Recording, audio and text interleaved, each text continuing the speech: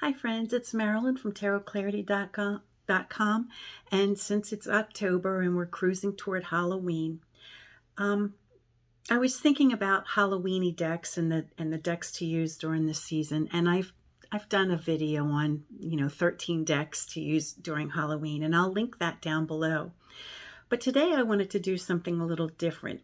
I'm focusing on a deck that I think some of you might be interested in purchasing from a collector's point of view, and that would be the 1973 print publication of the James Bond 007 tarot deck. Now this, as I said, came out in 1973. It was a promotional deck featured in the popular James Bond film Live and Let Die with Roger Moore in it. And it's funny. I remember when this deck came out, and I didn't want to buy it because I thought it was kind of cheesy because it had the 007, thing on it. And, I was thinking that I was, a serious tarot reader. And, I was put off by the 007 stuff on it. And then, of course, so I waited. Not that I waited, but I skipped on it. And then when I saw it came out a year or two later, I purchased the version that came out by US Game Systems Inc. with the, plaid backs. Now, of course, at some point, I began to kick myself in the rear end that I didn't buy the 007 backs when they were so prevalent and I had the chance to do it. So I had to hunt it down, and it became a little more scarce. So I did buy it a number of years ago, maybe 5 years ago or something like that, because it was on my radar. And I was thinking, well, 73, it's going to be 50 years soon, which is why I'm mentioning it to you guys. For those of you who are collectors or you're thinking about collecting, this might not be a bad deck to hunt out before we get to the 50-year point, because once we get to the 50-year point, it becomes a different animal.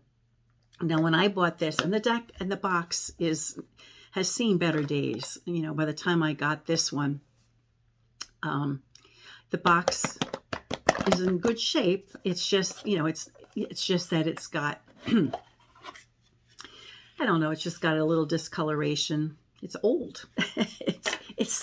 It's been through a few things, but the cards were in pristine order. All the deck came with were 2 additional cards identifying it as being part of the movie, and then identifying who the creator of the deck was, who is Fergus Hall. Now, the interesting story, if you want a backstory, is that for the film, originally the filmmakers approached Salvador Dali to create a tarot deck for the film. But as it turned out, he wanted an astronomical amount of money, and they just weren't going to justify spending that kind of money on a tarot deck. So they went and found Fergus Hall, who was an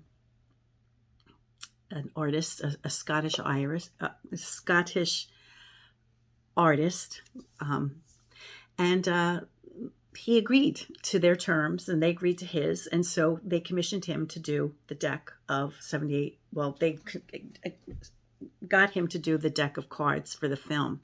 Now, if I'm not mistaken, because it's been a long time and I don't really remember, but I do recall that the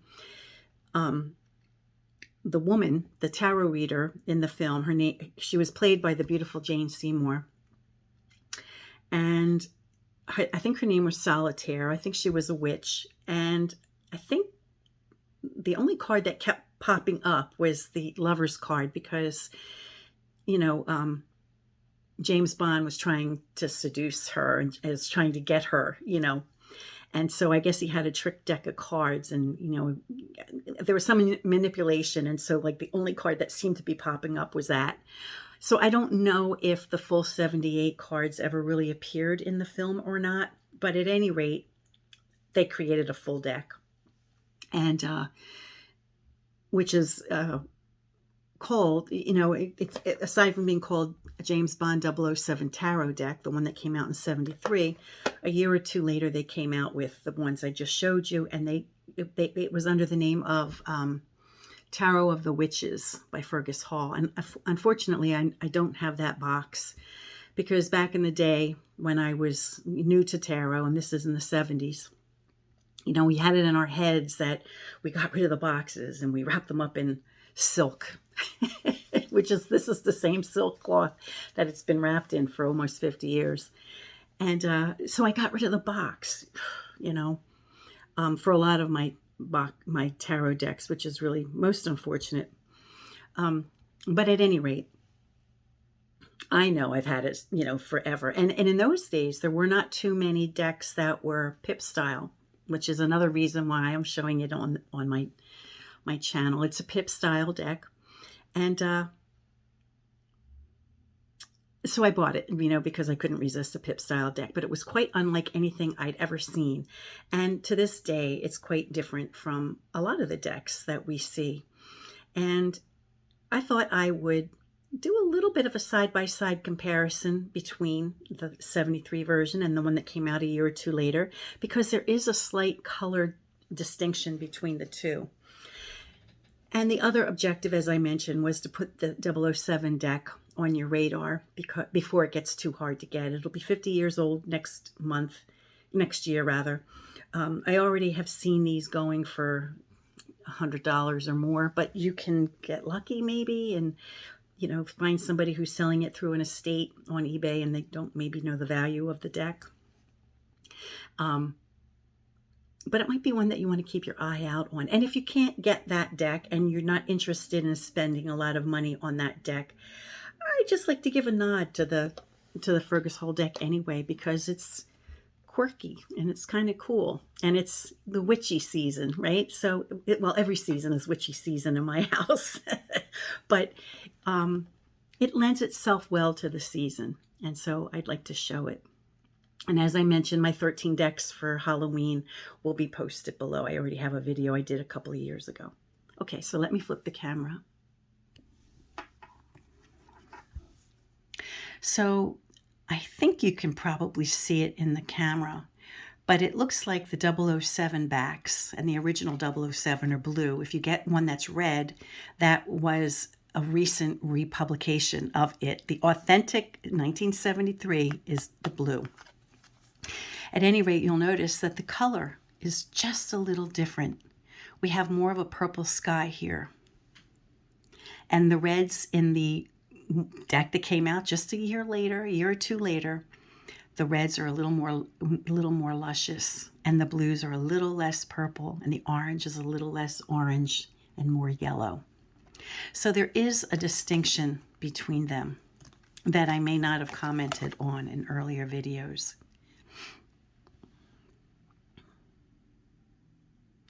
It's very subtle, but it's there. The cardstock, I think, is pretty much the same. I don't think the cardstock changed much. If anything, the later publication, which is still in publication today, I mean, this is from 1974, 75, but you can still get it. It's still being published. I don't know how much different the more recent publications are than from my 74, 75 or this original 73. I'm not really sure. But here you see the background has more of a red, whereas here it's more of a green. I guess kind of similar to how, the 1909 and 1910 collaboration between Arthur A. Waite and Pamela Coleman Smith, right? In 1909, they released a deck. They felt that, it wasn't up to par, and so they recalled the deck and then re-released it. So that may have been a little bit with this. They may have decided they wanted other colors. Maybe the artist wanted to fine-tune the coloring. Or maybe they just found a different printer and This was distributed by U.S. Game Systems, but it wasn't printed by them. And so maybe when U.S. Game Systems began to print it, you know, they changed the formula. And I don't know how similar it still remains to the earlier 74, 75. I say 74, 75 because I think it came out almost immediately after the film. Once I could no longer get my hands on this and I was kicking myself. You know, that's when I purchased the second release. And we'll notice that number 8 is justice and 11 is fortitude. And although you'll say, well, it was a pip style deck, you know, of course it's 8 for justice. But, you know, you'd be surprised how many pip style decks hold on to 8 for fortitude. You know, it happens. And so for it to be printed with 8 as justice in the 70s was kind of a big deal. It was kind of like, wow. Now you see here, it's more of a, it's a softer red, and this is more of a deep red. It's subtle, but you can see it in person.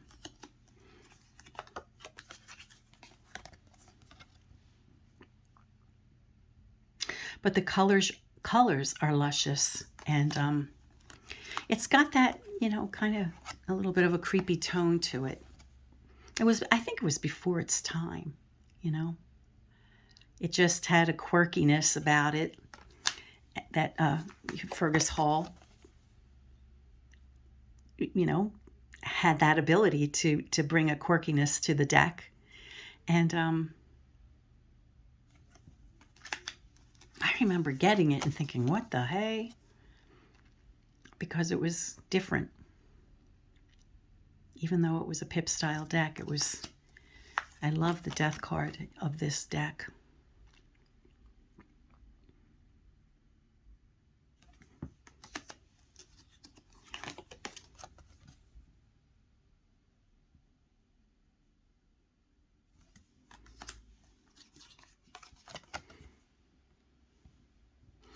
The devil card in person is considerably more of a neon green in the more recent publication than the original.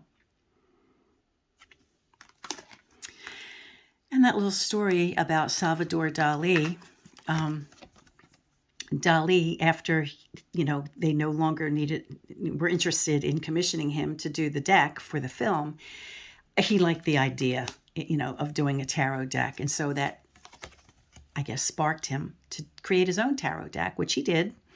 And I have a copy of that, and I've probably shown it in the past. If I haven't, and you'd like to see it, if you haven't already, just ask me and I'll do a video on it. But I think I've probably shown it. I think I've showcased it before. But you know, he did do his own tarot deck. But this is the one that made it into the film.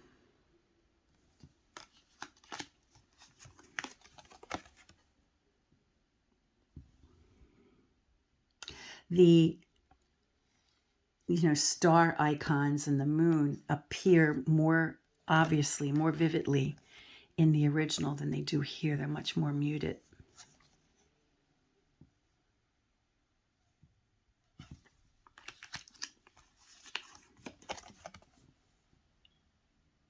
I wanted to especially show the higher order cards, or the trump cards, because they're so different.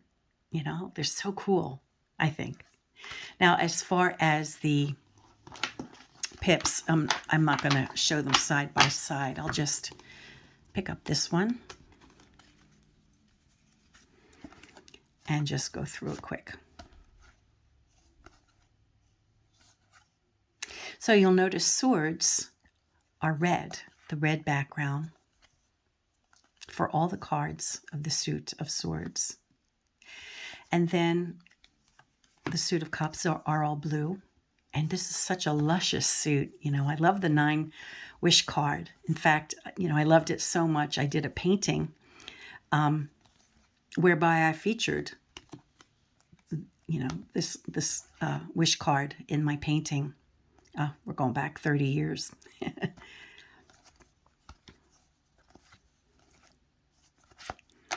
And then the suit of baton. They're all this brown,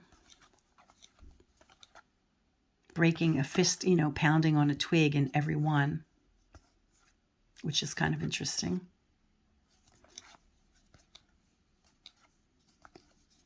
And then the suit of coin, which is represented by pentacles. So they did sort of, slip into the new agey kind of pentacle rather than coins, although he calls it coins. And they have the green background and then these eyes, which are so cool.